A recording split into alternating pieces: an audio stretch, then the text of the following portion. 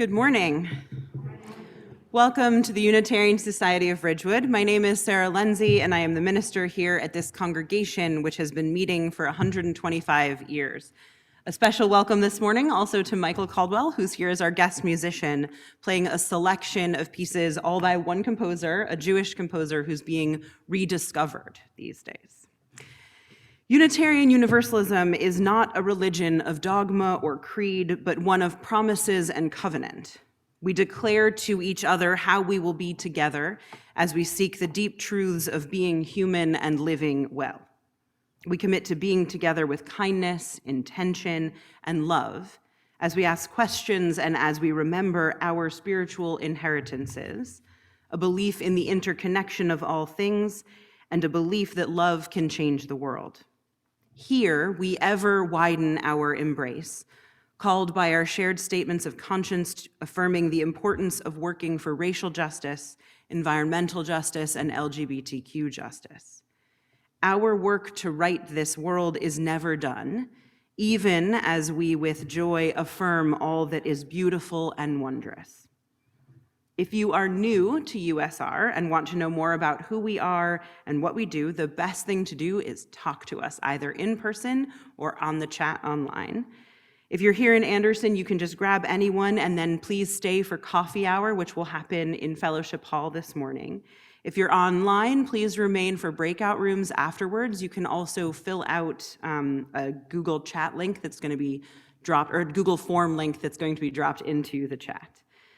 Finally, a reminder for those of you here in Anderson, since we are back in person, please silence your electronic devices. We've all gotten out of the habit, but we're going to get back into it. It is good to be with you this morning. Please join in the words for lighting the chalice. They'll be on the screen. We light this chalice for the light of truth, the warmth of love, and the energy of action as we gather together in the circle of community.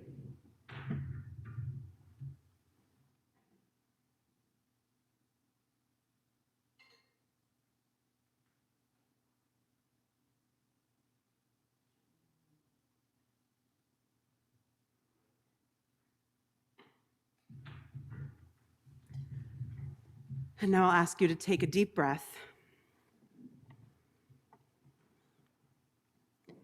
and to listen. With the warmth inside and the cool morning air outside, breathe and be still and be present. Notice the life around you, your own body's subtle movements, the soft hush of breath moving in and out, the barely perceptible sound of the wind beyond the walls, the slight rustle of your companions. Breathe in the life that in this cold time of year offers warmth, possibility, and hope. Listen for the call to sink into this time together, into this season of the year, into this month of light. Breathe and listen.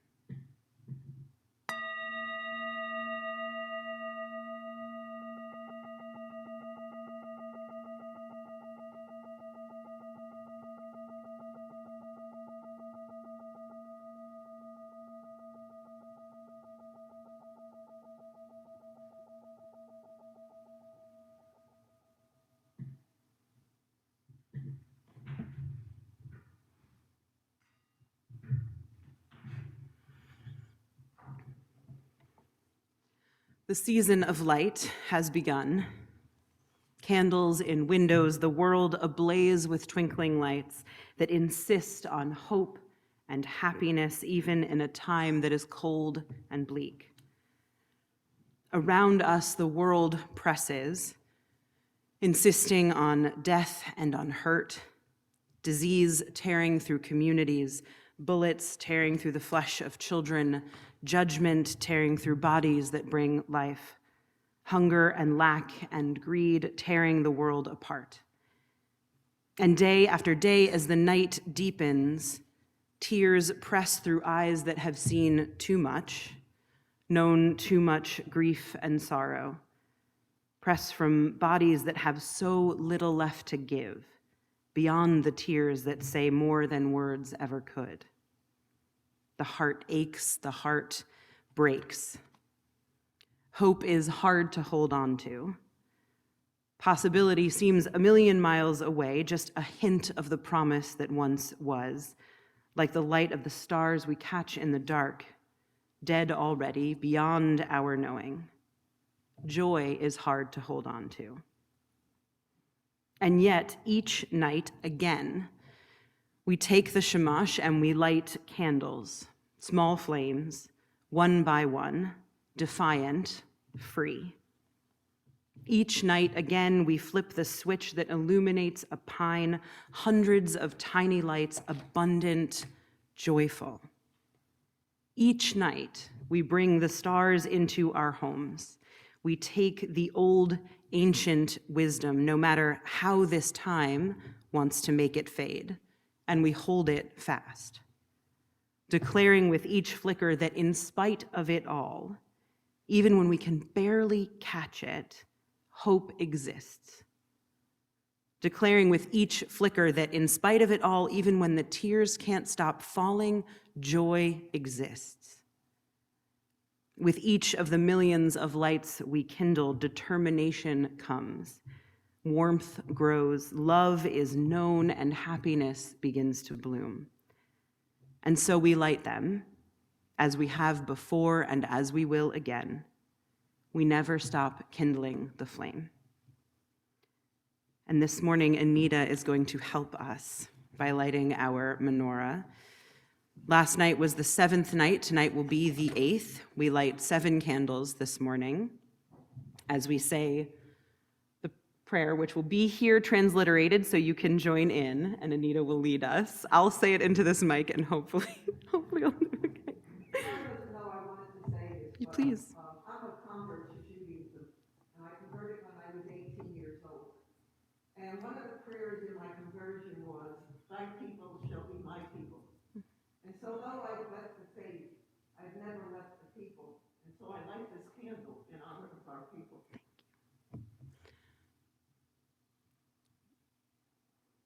Will everyone please stand as we light the candle? Oh, we lost it.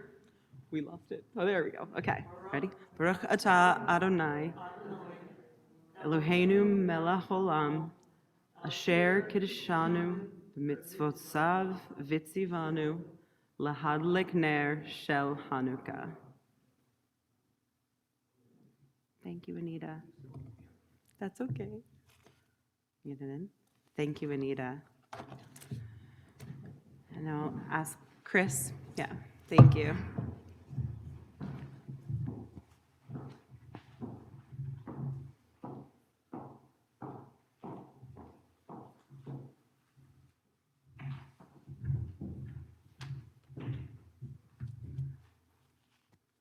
Good morning, everybody.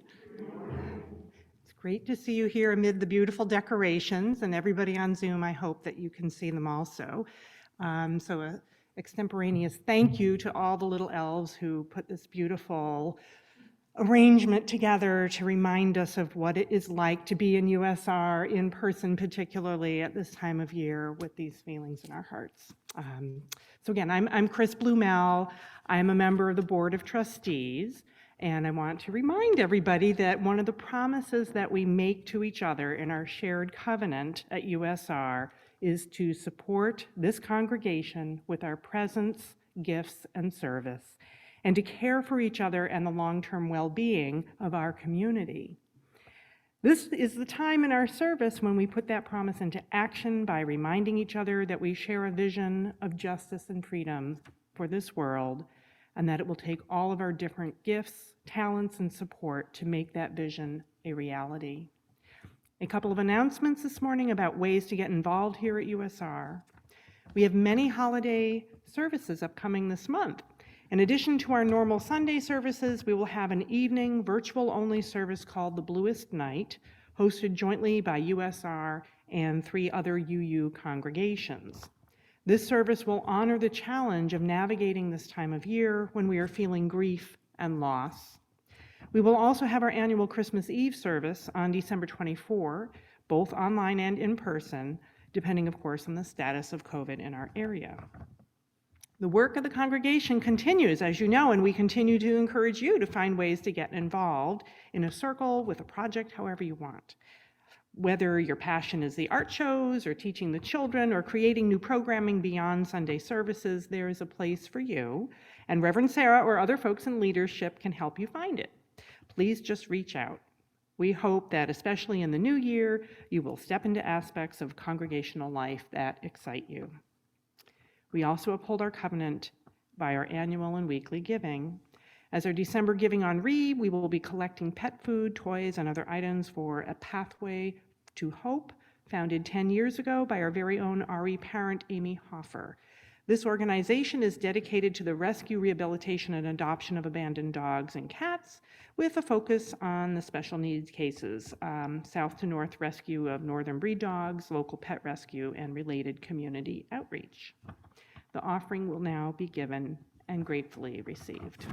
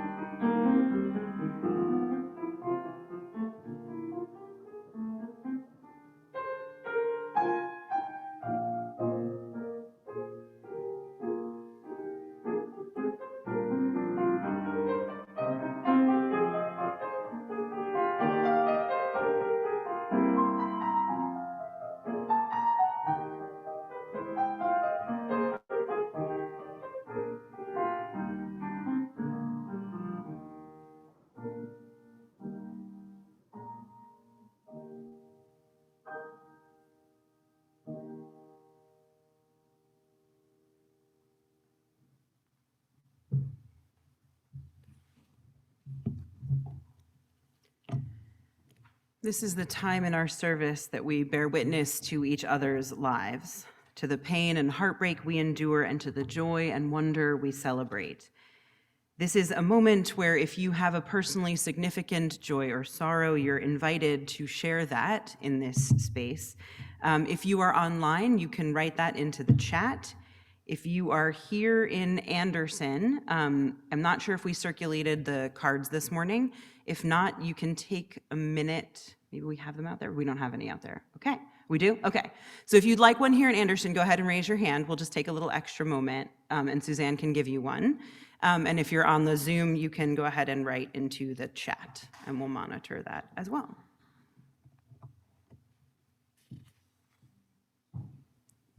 Okay. Suzanne, I see you. Pick up one. Yep. Okay. Thank you.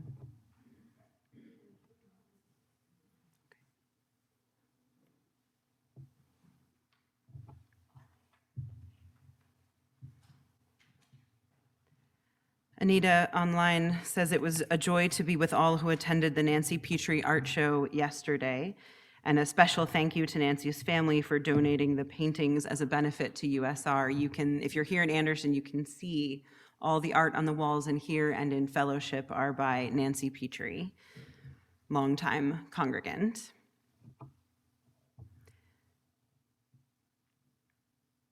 As folks take a moment to write, I will share deep sorrow over the shooting earlier this week at Oxford High School in suburban Detroit.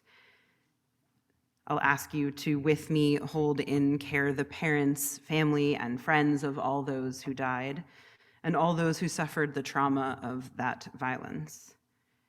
Our hearts ache and we hold righteous anger. longing for a day when we need not mourn the death of children at the hands of their peers.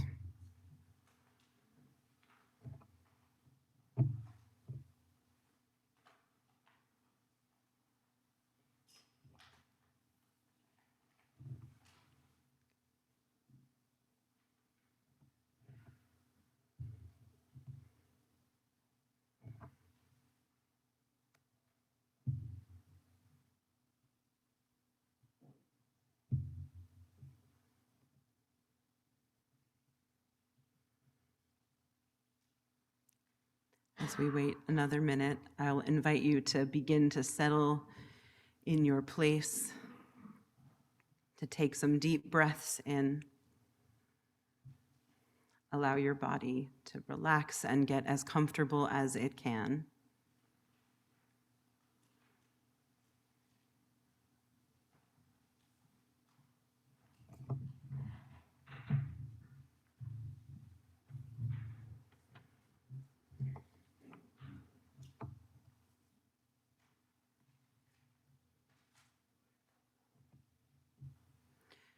You have a shared joy in hearing live, beautiful piano music. Janice is celebrating last night's birthday for her son-in-law's 60th.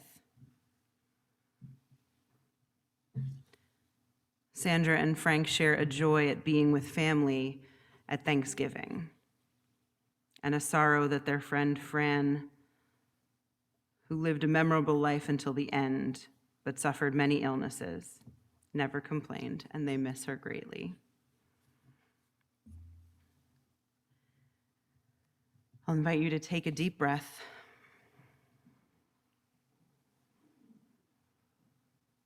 With the complexity of life, all its joys and sorrows, alive in the space between us, we come together into a time of meditation and prayer. Find as comfortable a way to be in your seat as you can. Focus your attention on the lights of the menorah, a spot on the wall, or close your eyes if that feels safe.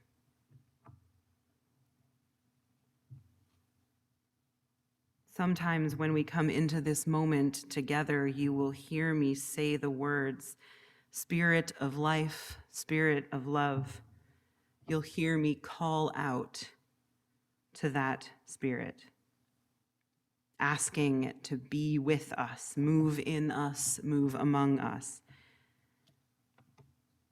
There are times when we say the words and we know just what it is we call out for, just what we ask for.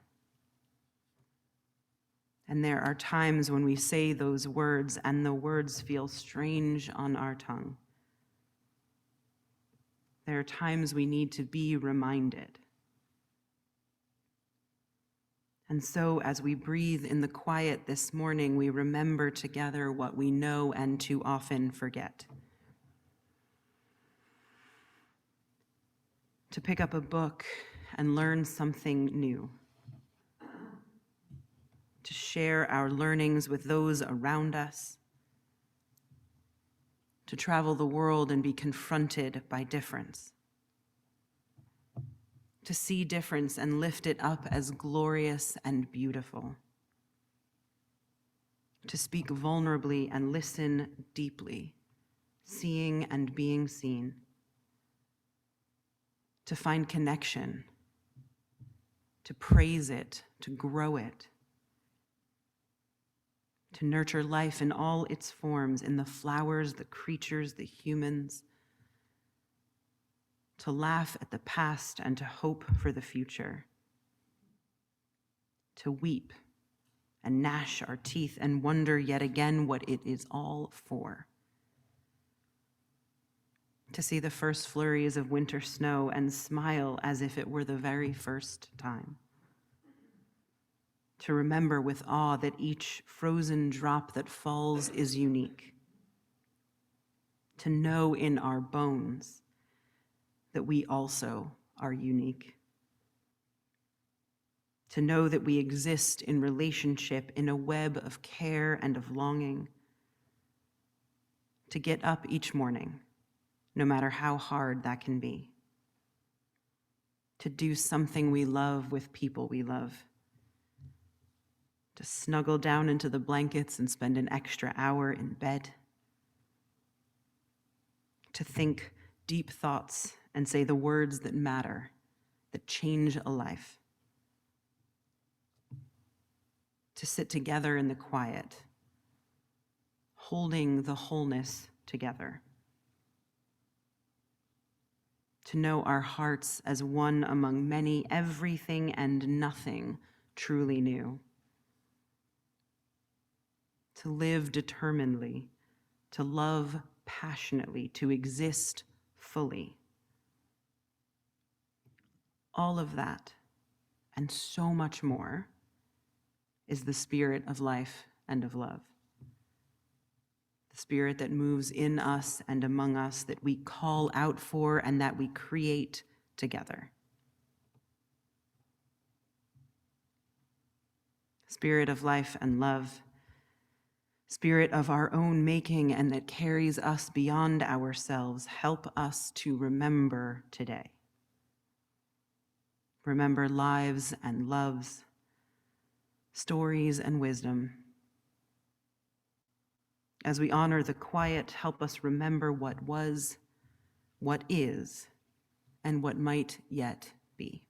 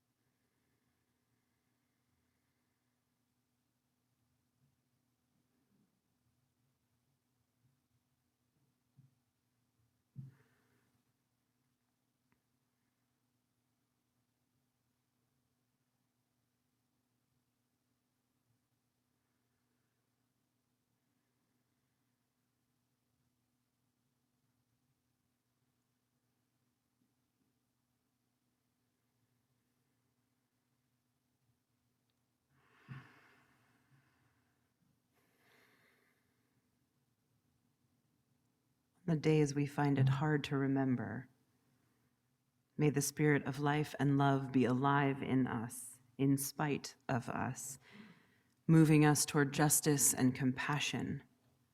May our hearts know what our minds forget, that in this fragile and beautiful world we are held and loved beyond measure. So may it be.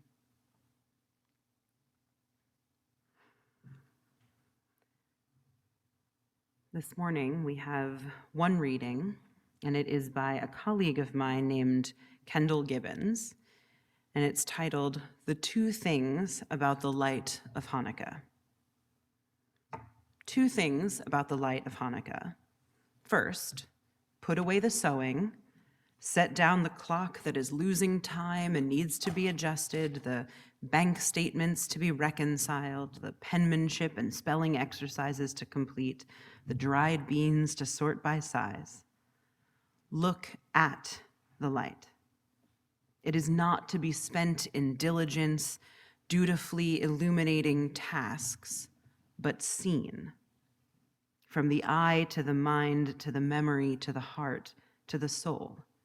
From beauty to gratitude to faith. Praise the light and the source of light. Be inspired. Do not use the light. Do not lose the holiness of this moment in the press of ought to be done. It is forbidden to work by the light of these candles. Would you burn your lover's last letter for kindling? Watch the glow like jewels against the velvet of night sky. Waste this light in awe. As in the ancient temple, it is said they burned the oil, profligate for reverence and thanks. Blessed is the shaping of our lives by commandment and memory. Blessed is the light. Second, put the lamp in a window, in a doorway, on the balcony, in the front yard, on the village green, in Times Square. Release its beauty to the public view. Do not hoard the light. It is not yours to gloat over in private. Wherever, whenever it is safe, announce the miracle. Invite the neighborhood to remember with you. Perhaps next door they only half recall the story from some dim childhood ritual. Perhaps your 4 flames, then 5, then 6, might wake their dedication anew. Or in the city of 1,000 names for God, or none at all, those faithful candles might remind the hurried and the fallen, the defeated of heart, that beauty is yet possible, that the intention of higher purpose endures. Even to rouse the captive mind to curiosity, what's the story with those lights, is an opening for the work of spirit. Testify. Let the tongues of flame bear witness to the world that miracles abound and joy abides. Blessed is the heritage of freedom. Blessed is the custom that illuminates our common darkness. Blessed is the sharing of the light.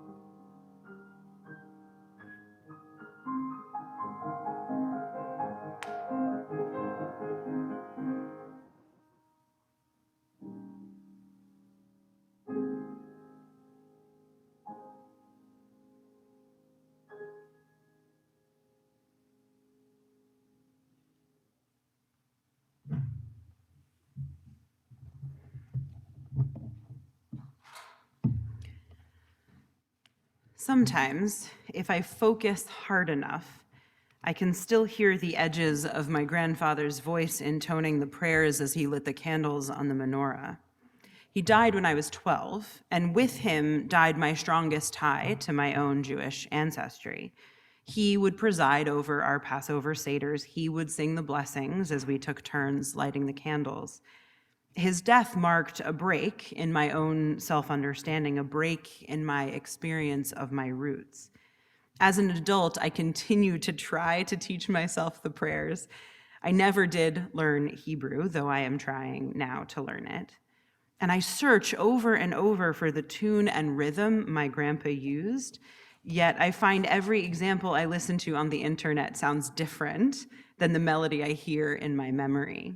Still, I keep listening, trying to find someone who sings the words as my grandpa did, so that my mind and my vocal cords can relearn what my heart remembers. I love Hanukkah, not just for the delicious latkes and the fun of dreidel spinning. I actually love the story. It is a classic underdog story in many ways, but it's also a cautionary tale. And it is a story that reminds us of what matters most.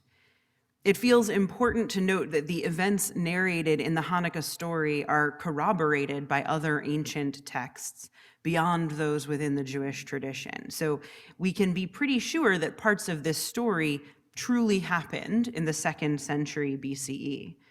This was a time when Jews were experiencing a good deal of acceptance in Judea. They had assimilated into Greek culture in many ways, but were allowed to continue worshiping their God in their temple.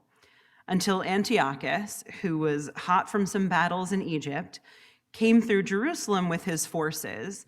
He enters the temple and defaces the altar, the ritual objects, the decorations, all of it.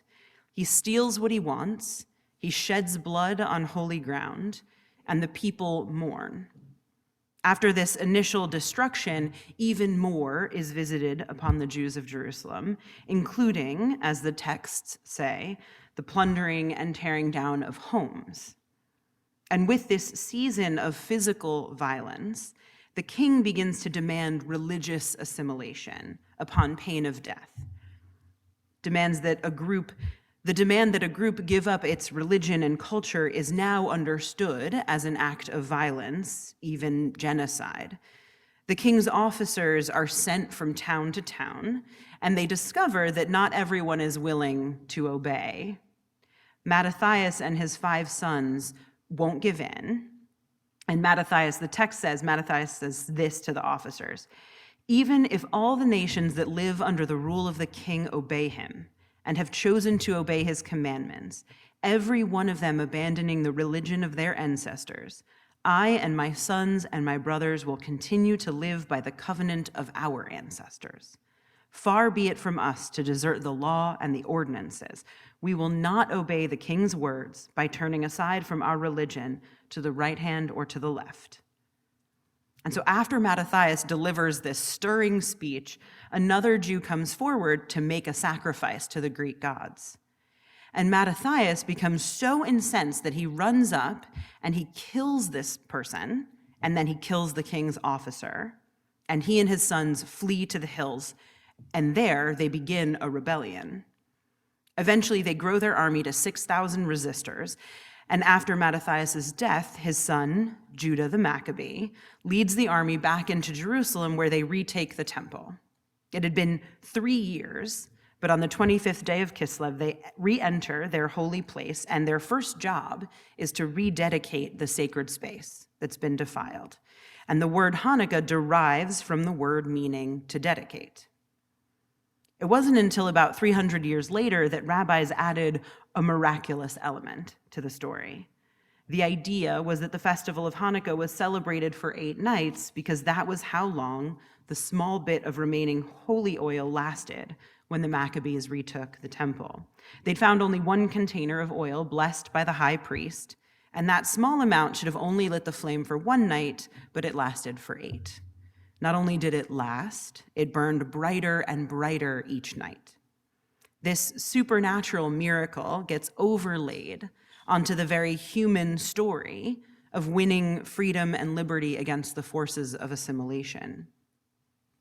So as I said, in some ways, the story is first and foremost an underdog story. This minority group asked to give up their right to practice their religion and worship their God, resists and triumphs over empire. It's also a tale that warns of the ways in which dominant culture can turn at any moment on a minority group, even one that has largely assimilated. In the Hanukkah story, violence is done. Violence against the Jews, violence by the Maccabees against other Jews, and then violence against the armies of the empire. And so part of why I love the story is because it isn't actually a simple story. It isn't easy. On its face, the way it is presented in the books I read to my children, the Maccabees fight a righteous fight against oppression. But those of us who believe largely in nonviolence, those of us who believe in privileging the collective good and safety over the individual, will always struggle with Mattathias' murder of the Jew willing to sacrifice to the Greek gods. If that particular person was willing to convert or change their life, who was Mattathias to decide otherwise?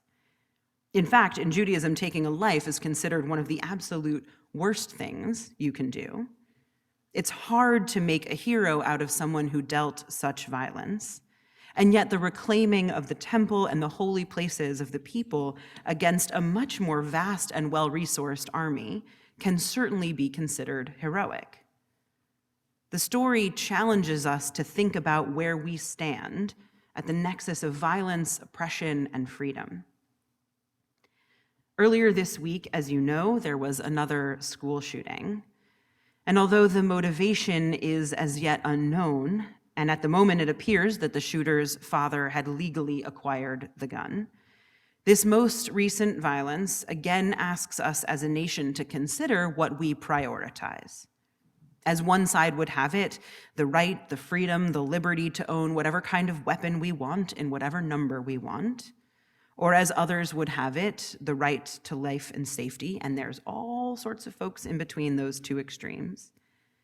In recent decades, though, this has become the crux of many of our national debates and much of the divisive split when it comes to politics and policy. Who has a fundamental right to which freedoms and which take precedence? Is our living and dying, our freedom and our liberty a zero-sum game? It won't surprise you to know that I think our dominant American culture has distorted and corrupted the notions of freedom and liberty that we inherited from the Enlightenment. At some point, our culture began to overlay on these notions an individualism that is fundamentally opposed to the values of collective improvement and social betterment that originally shaded those ideas of freedom and liberty. And our culture has so fully embraced this individualism masquerading as independence that it is absolutely antithetical to everything Universalists stood for. This rabid commitment to individual freedom stands in contrast to what we as Unitarian Universalists stand for. A few weeks ago, we talked about how we do not exist in isolation, but always in relationship, in community. Our freedom and our liberty is also then relational. And when we forget that, we become the type of people who insist on religious conformism and assimilation. And in the extreme, we become people so painfully isolated that we begin to think the kind of violence enacted this past week is an acceptable choice for ourselves, or that the kind of tragic loss of life we experience over and over due to gun violence is an acceptable trade-off for our freedom. We see this individualism run amok in our lack of reasonable gun laws, in fights about mask mandates, and even in the abortion debates. All over our national landscape, we see folks insisting that their freedom and liberty, their beliefs, are more important than others' rights, others' safety, others' bodily autonomy. And what becomes so confusing is that those most vocally claiming to stand up for freedom and liberty are often those willing to sacrifice others' rights in order to get what they want for themselves. Folks in favor of relaxed gun laws point to their freedom, their liberty, ignoring that this right that they claim, if it even exists, should not and does not have to come at the cost of another's right to life. This week shows us yet again that the prevalence of guns in this country does nothing but encourage death and destruction. Over and over, we mourn, and over we talk about motives and mental health, and over, we fail to do anything about the central and rampant problem of American gun culture. We need radical changes. We need a deeper and more comprehensive understanding of community and justice. We have among our 6 sources as Unitarian Universalists many to turn to as we consider how we might change our culture and change our world. And this season of light and miracles and introspection offers us many ways to think about how we might be different and how this world might be different.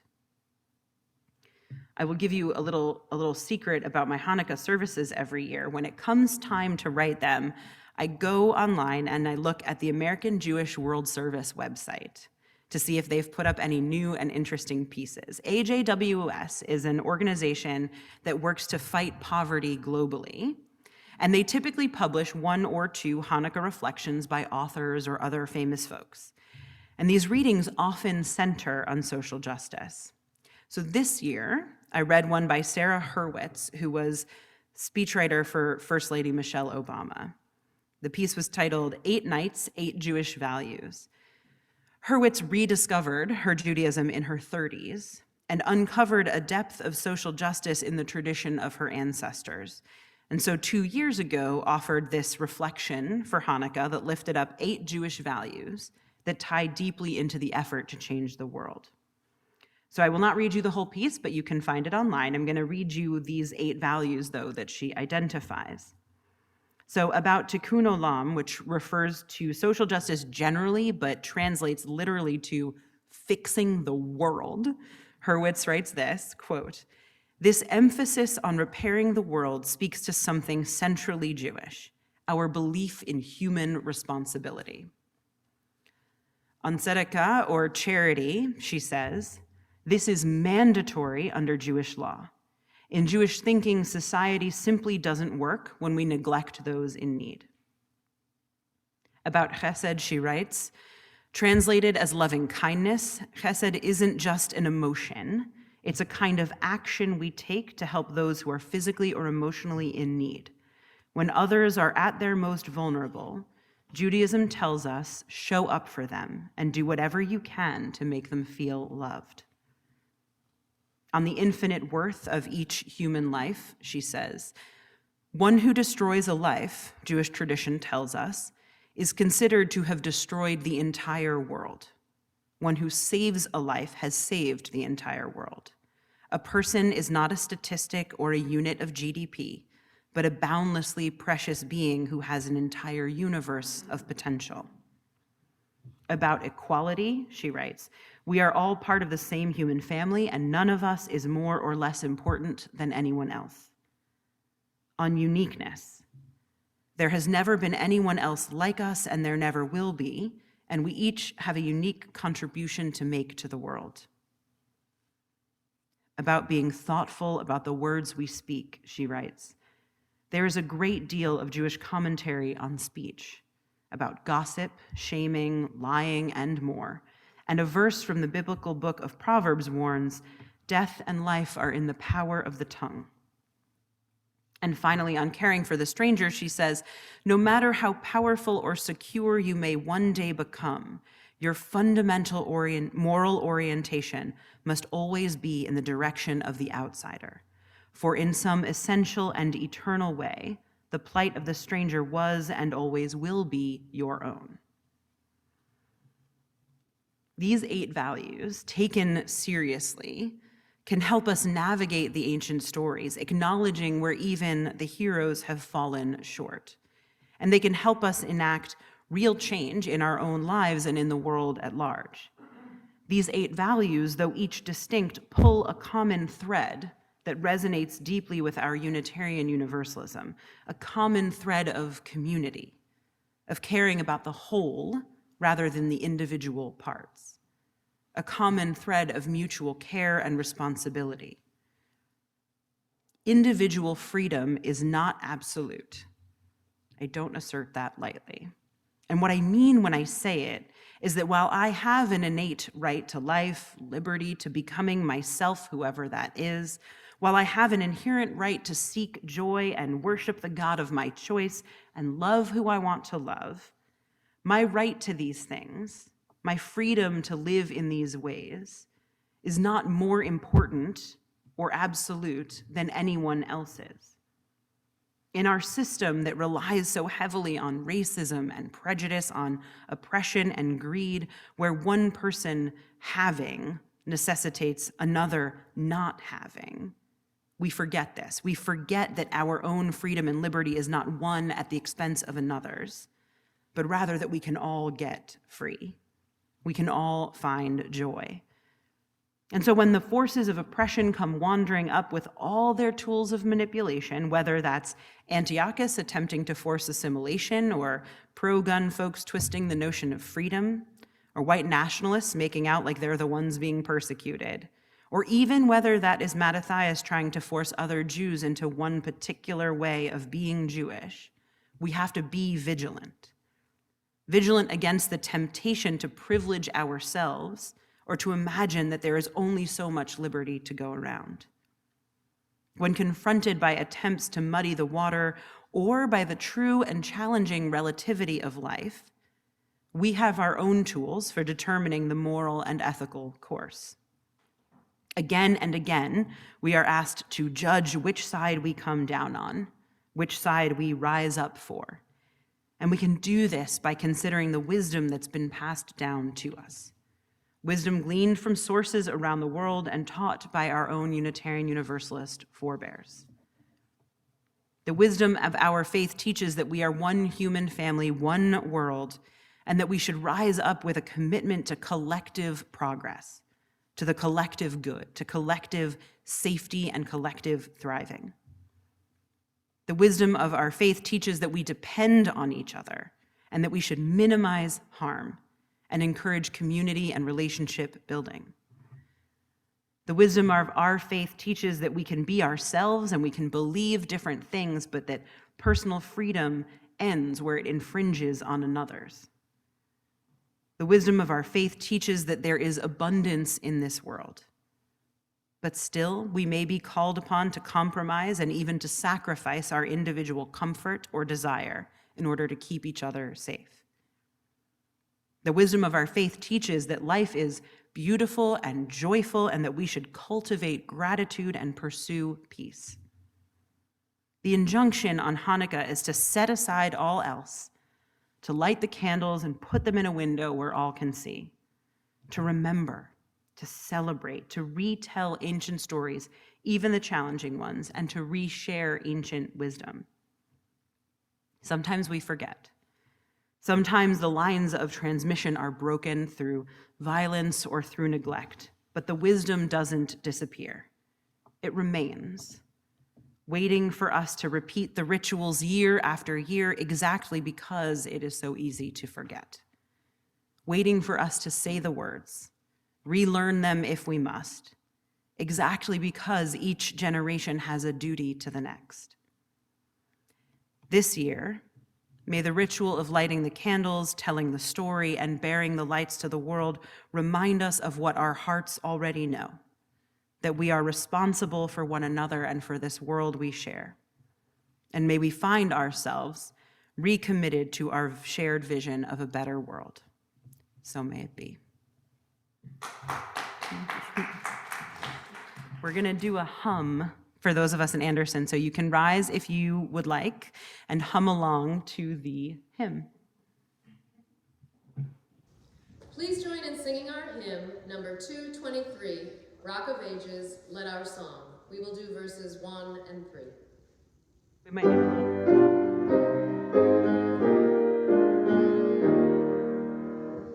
Rock of Ages, let our song praise your saving power.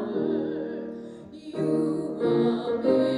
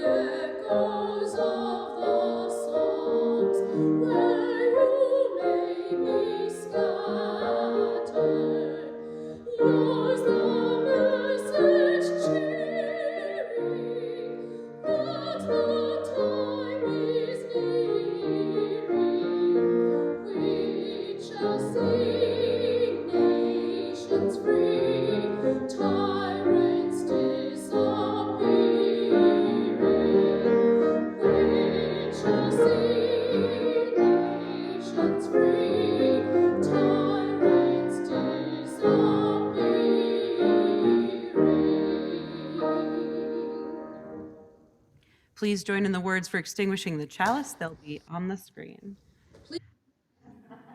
Hopefully, there we go. We extinguish this flame, but may the light of truth, the warmth of love, and the energy of action burn bright in our hearts until we are together again.